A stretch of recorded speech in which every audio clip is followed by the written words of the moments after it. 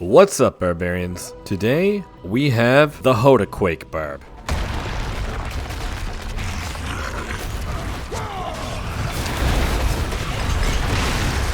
This build is stupid strong. HotA Quake Barb is extremely powerful, and so far I've been able to clear up to pit 120, but I've noticed you can't see the ground effects because of all the explosions and all of the earthquakes, so I am going to show off pit 115. But this can definitely go past 120. This is probably one of the best levels for this. So what we do is we literally go back and forth between Frenzy and Hammer of the Ancients.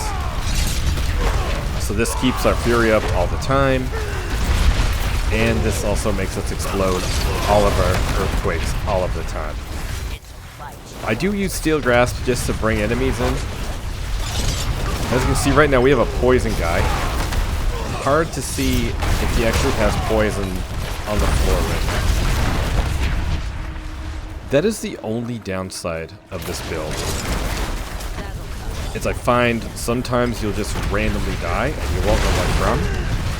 And when you look around, you can't really tell because there's just too many explosions. Other than that, man, this build is crazy.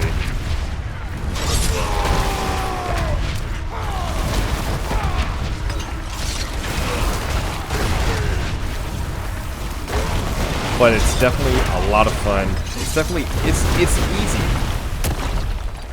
It's easy to play, but I don't enjoy it as much as the other builds that I've done this season. And I think that's because I just can't see the ground effects. So, all of a sudden, we'll be playing, and then, boom. Something will kill you, out of the blue. Like right now, my health is going down. I have no idea why. There we go. See, there's something there. There we go. They're the poison guy.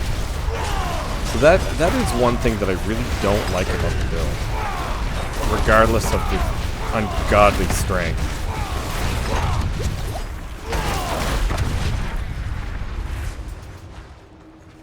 Earthquakes will definitely be nerfed for Season 8. 100%. Alright, see, our health is going down there. So we gotta find out what's going on. I've definitely hit for 1 trillion without even, we're not really focusing on our master working. We're not really trying to get the most damage out of it. So this is by far the strongest build that I have played for Season 7. But ironically, not the most fun. I would prefer Double Swing over this. Personal preference. I find the Double Swing playstyle was a lot of fun. It was mobile. It was good.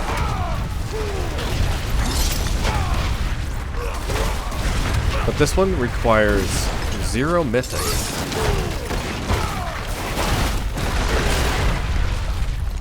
Not yet. So 0 mythics is really awesome as well. Anyone can put this together. And anyone can literally beat everything in the game. It can one-shot pretty much everything. And if you do plan on pit pushing, then you would want to min-max this. But I'm very satisfied with 120. Okay, hopefully not the Hive Master. Okay, good. The Hive Master is the worst. He has the most ground effects. I gotta get out of the way of that. And I find the ground effects, you can't fully see them with the earthquakes. And then all of a sudden, you're dead.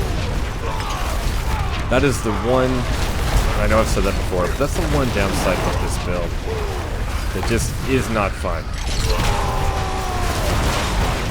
But overall, it's still stupid powerful. We're gonna be able to clean this guy up a bit. Watch out for this.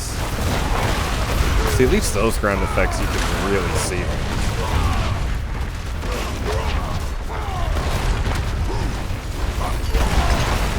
And almost done. There we go. There was a trillion hit there.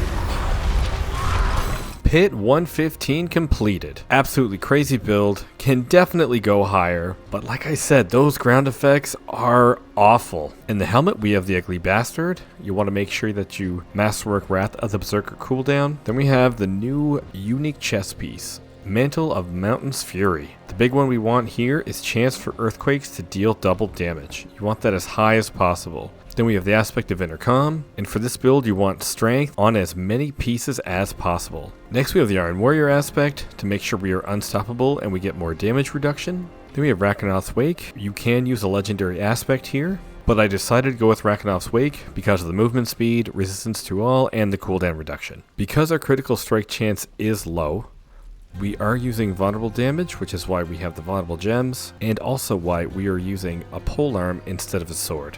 Then we have the aspect of earthquakes, and you want your masterworking to hit on chance for earthquakes to cast twice. If you don't have a high roll on this, you may want to swap out a heavy hitter into chance for earthquakes to cast twice. On all your weapons, you want strength, max life, and either damage or vulnerable damage if your critical strike chance is low, and if you have a high critical strike chance, put on critical strike damage. The next three weapons all have heavy hitter instead of chance for earthquakes to cast twice. Here we have the Executioner's aspect, and we strictly want this because our earthquakes damage is increased by 15% for every 100 strength. Then we have the Vehement aspect. We always cast Wrath of the Berserker, which means its 30% increase is up all the time. And we use the Incendiary Fissures to increase our earthquakes even more. Our runes are Lith Tech and Yule Lack.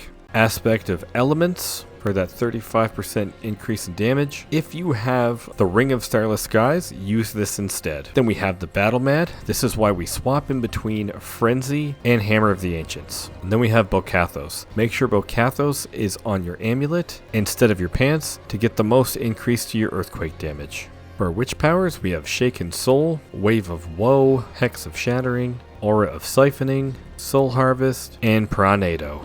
Our weapon expertise is Two-Handed Axe. For the skills, we put 3 points into Frenzy or Combat Frenzy, which gives us a little bit more damage reduction and movement speed, and we use Enhanced Frenzy to cast our Hammer of the Ancients faster. Then we have 3 points into Hammer of the Ancients into Furious Hammer of the Ancients. We do not overpower at all in this build, so we take Furious Hammer of the Ancients. This helps increase our critical strike chance. Then we take 7 points into Strategic Ground Stomp to lower the cooldown of Wrath of the Berserker, and we take 5 points in Ground Stomp to lower its cooldown. Take 3 points in Imposing Presence, 3 points to Martial Vigor, 3 points to Belligerence as we are swapping in between Frenzy and Hammer of the Ancients, 3 points to Iron Skin for Tactical Iron Skin, 3 points into Swiftness, 3 points into Aggressive Resistance. We do get the damage reduction for Aggressive Resistance, even though it says only 4%, so still put points into this. 3 points into Pit Fighter, 3 points into Slaying Strike, 7 points into Steel Grasp or Fighter Steel Grasp, and we take 5 points in Steel Grasp to lower its cooldown, 1 point to Thick Skin for 3 points to Counteroffensive, and 3 points to Irrepressible, 3 points to Heavy Handed, 3 points to Wallop, 3 points to Heavy Hitter, 3 points Invigorating Fury, 7 points into Wrath of the Berserker for Supreme Wrath of the Berserker, and our key passive is Unconstrained. In our starter board, we take Exploit. Our second board is Decimator, where we take Challenger. Our third board is Weapon Master, where we take Territorial. Our fourth board is Blood Rage, where we take Ire. Our final board is Force of Nature, where we take Rumble.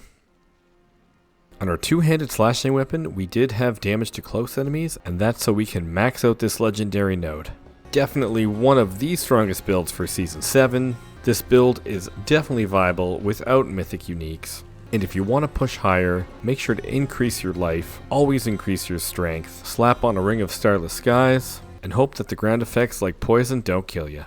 Alright guys, if you haven't played HotA Quake, check this build out. Thanks for watching, and I'll see you guys next time.